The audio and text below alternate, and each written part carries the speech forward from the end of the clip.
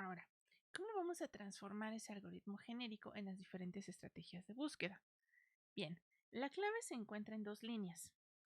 Por un lado, está esta sección donde al momento de elegir el siguiente nodo que vamos a visitar, tenemos que seleccionar a alguien dentro del margen con una estrategia dada. El otro punto donde podemos cambiar las cosas es aquí, cuando generamos el nuevo margen y decidimos a qué nodo vamos a expandir, de quién vamos a analizar los hijos y los vamos a formar para elegir al siguiente nodo. Bueno, eso es lo que tenemos marcado aquí. Dice, para generar las diferentes estrategias de búsqueda se puede cambiar la estructura de datos adecuada para alterar el orden en que se selecciona el nodo siguiente, o en la línea 10, modificar la posición en la estructura donde son agregados los nodos a expandir.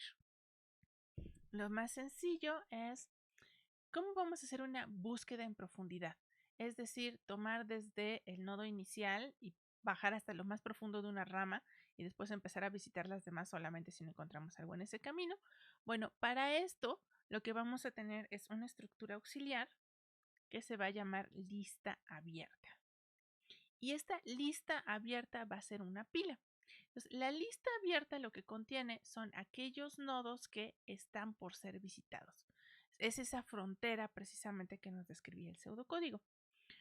Por otro lado, vamos a poder tener una búsqueda en amplitud si la lista abierta es una cola.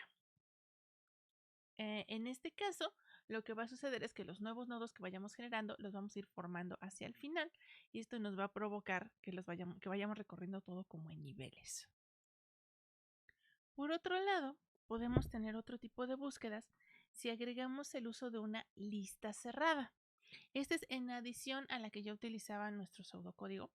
La lista cerrada nos permite no volver a expandir nodos que lleven a estados ya visitados. Eso es lo que va a hacer que en lugar de hacer una búsqueda en árboles, lo que estemos realizando sea una búsqueda en grafos. Aquí sí nos vamos a poder dar cuenta de que ya habíamos visitado un estado y en lugar de generar un nuevo nodo de búsqueda con otra copia del mismo estado, lo que podemos hacer es que nuestra línea de sucesor sea una arista que regrese al nodo de búsqueda que contenía al estado que ya había sido generado anteriormente. Ahora, hay un detalle curioso acerca de estos nombres lista abierta y lista cerrada. Como comentaba, la lista abierta es donde están todos los nodos que están en el margen, en la frontera y que apenas estamos considerando para explorar. Pero observen que no necesariamente es una lista. En el caso de la búsqueda en profundidad es una pila y en el caso de la búsqueda en amplitud es una cola. Y vamos a ver que existen otras versiones donde se puede poner una cola de prioridades o pueden probar otras cosas, ¿no? Entonces, lista abierta es en general el concepto de la estructura de datos que contiene aquellos nodos en la frontera que estamos considerando expandir. Pero, insisto, no necesariamente es una lista. Lo mismo pasa con la lista cerrada. La lista cerrada es aquella estructura de datos donde vamos a llevar registro de todos los estados que ya visitamos. No necesariamente tiene que ser una lista. De hecho, honestamente sería espantoso si fuera una lista, porque para detectar si algún estado ya lo visitamos, tendremos que checar absolutamente todos los demás. Y esto sucedería cada vez que generáramos un nuevo nodo. Entonces, esta complejidad, si de por sí ya es inalcanzable, bueno, tratando de recorrer una lista simple y sencillamente no es considerable, ¿no? Entonces, por lo general, esta estructura más bien va a ser algo así como una tabla hash, un diccionario.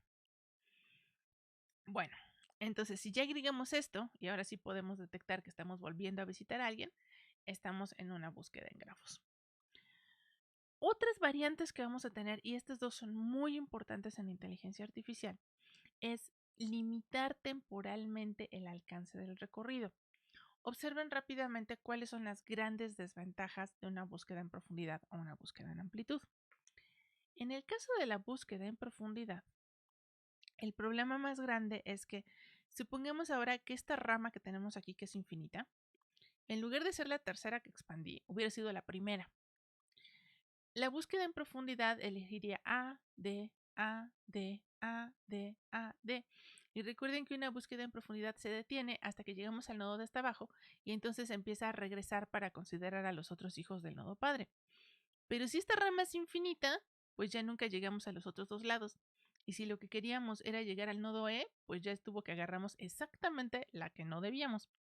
Y como no tenemos manera de saber por adelantado cuál de las ramas no tienen fin y cuáles son las correctas, pues es muy probable, de hecho aquí tendremos así como un tercio de probabilidades de caer primero en la rama equivocada. Entonces, la búsqueda en profundidad solita como tal, probablemente rara vez va a darnos la solución que estamos buscando. Es más común que nos quedemos atorados en una rama infinita que a que de veras vayamos a encontrar una respuesta. Entonces, lo que se va a hacer es limitar la profundidad de la búsqueda para que en algún momento digamos, oigan, no saben qué, ya llevo ahorita 20 niveles y no encuentro absolutamente nada. Bueno, entonces me regreso, voy a intentar buscar por otra rama, igual hasta un límite de 20 niveles. Si no encuentro nada, me sigo regresando. Si después de haber recorrido todo esto hasta 20 niveles, no encontré nada, entonces digo, bueno, es que a lo mejor la respuesta no estaba a nivel 20, ¿no? Podría estar a nivel 40. Bueno, entonces lo voy a buscar ahora otra vez, pero ahora voy a irme más profundo todavía. Y ese es el concepto general detrás de profundidad iterativa. En el caso de amplitud, el problema que vamos a tener es que si tenemos un gran catálogo de acciones, cuando intentemos generar a los hijos de un solo nodo, podríamos tener muchísimos. Y dentro de este nodo podríamos tener también muchísimas acciones que son aplicables. Entonces, si vamos recorriendo todo nivel por nivel, como suele suceder en amplitud, vamos a tener unos árboles tremendamente frondosos, muy, muy anchos, y va a ser muy difícil que empecemos a explorar posibilidades.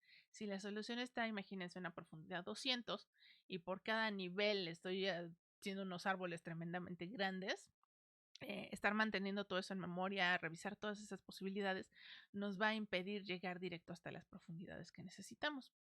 Entonces, en la amplitud iterativa, lo que vamos a hacer es, pues, a lo mejor no considerar todas las acciones aplicables, sino solamente elegir algunas para reducir ese factor de ramificación. Bien,